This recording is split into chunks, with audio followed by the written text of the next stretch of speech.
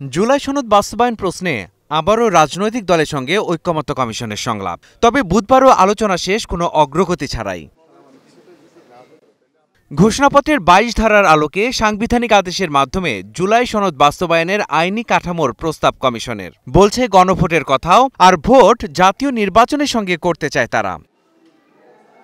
তবে এ প্রস্তাবে মিশ্র প্রতিক্রিয়া রাজনৈতিক দলগুলোর। জামায়াত একমত হলেও জাতীয় নির্বাচনের আগেই চাইছে সেই গণভোট। প্রিন্সিপালের সাথে আমরা একমত হয়েছি।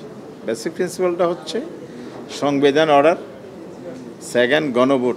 তবে ডেটের ব্যাপারটা আমরা চূড়ান্ত বলি নাই। আমরা এটা বলেছি যে সরকার ইচ্ছা করলে গণভোট হলে একটা ম্যানেজমেন্টের বিষয়, এটা আগেও করতে পারে। আপনি যদি 15 দিন 1 মাসের মধ্যেও যদি চেষ্টা করেন, ইলেকশন তো 5 মাস বাকি, ফেব্রুয়ারিতে ইলেকশন হলে, তাহলে এর মধ্যে তো গণভোট করে কিন্তু আপনি এটার আইনি ভিত্তি দিতে পারেন। তার ভিত্তিতে আপনি জুলাই সনদের ভিত্তিতেই নির্বাচনটা করলে নির্বাচনটা সুষ্ঠু হবে, সাংবিধানিক বিষয়গুলো এখানে স্থান পাবে। অন্যদিকে নতুন এ প্রস্তাবকে স্বাগত জানিয়ে চূড়ান্ত সিদ্ধান্ত দলীয় ফোরামের আলোচনার পর জানাতে চায় এনসিপি।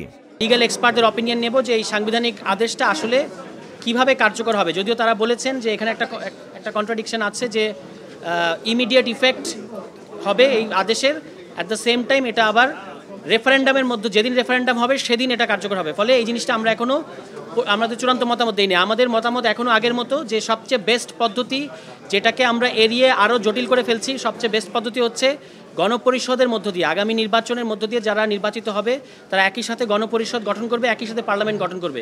তবে কমিশনের প্রস্তাবকে ঘোষণাপত্রের অন্য ধারার সঙ্গেই সাংঘর্ষিক বলছে বিএনপি। তাদের পরামর্শ এ বিষয়ে ফয়সালার জন্য উচ্চ আদালতে যাওয়ার। সমাধান চাই বলেই আমরা কিছু বিকল্প প্রস্তাব উত্থাপন করেছি, বা ঐতিহাসিক বা জাতীয় দলিল যে কোনো কিছু আমরা প্রণয়ন করে একটা কোয়েশ্চেন দেই, অনেকগুলো কোয়েশ্চেন না দিয়ে, যে জুলাই সনদের যে বিষয়গুলো শুধুমাত্র সংবিধান সংস্কার অথবা সংশোধন সংক্রান্ত, সেই বিষয়গুলো এখনই কার্যকর করার মতো কোনো দলিল প্রণয়নের ক্ষেত্রে এই সরকার কোনো উদ্যোগ গ্রহণ করতে পারে কিনা। জুডিশিয়ারি কি বলে, আমরা জুডিশিয়ারির কাছে যাই। পরে ঐকমত্য কমিশনের সহসভাপতি জানান, তাদের এ প্রস্তাব চূড়ান্ত কিছু নয়, আলাপ আলোচনার ভিত্তিতেই মিলবে জুলাই সনদ বাস্তবায়নের পথ।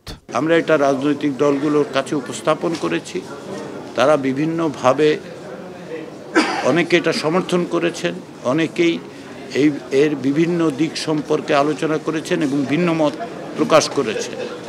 আগের যে সমস্ত প্রস্তাব ছিল সেগুলো নিয়েও আলোচনা হয়েছে। বিশেষ করে সংবিধানের 106 অনুচ্ছেদ ব্যবহার করে সুপ্রিম কোর্টের কাছে মতামত চাওয়া যেতে পারে, এরকম মত এসেছে। আমরা এই মতামতগুলোর পাশাপাশি রাজনৈতিক দলগুলোর কাছ থেকে এক ধরনের অনানুষ্ঠানিক অনুরোধও পেয়েছি। সেটা হচ্ছে তারা তাদের নিজেদের মধ্যে আলাপ আলোচনা করে এক জায়গায় আসার চেষ্টা করছেন। সেই রকম সমস্ত বিবেচনায় আজকে এই সমস্ত প্রস্তাবগুলো রেখেই আমরা আমাদের এই বৈঠক মুলতবি করেছি। আমরা রাজনৈতিক দলগুলোকে কিছুটা সময় দিতে চাই, যেটা তারা অনুরোধ করেছেন, যাতে পারস্পরিক আলাপ আলোচনার মধ্য দিয়ে বিকল্পগুলো কমিয়ে আনতে পারে। অক্টোবরের প্রথম সপ্তাহে জুলাই সনদ বাস্তবায়নে আবারও রাজনৈতিক দলগুলোর সঙ্গে বসবে জাতীয় ঐকমত্য কমিশন। 15 তারিখ জাতীয় ঐকমত্য। মাহাদি হাসান, স্টার নিউজ, ঢাকা। আমি এখন মাননীয় সহসভাপতি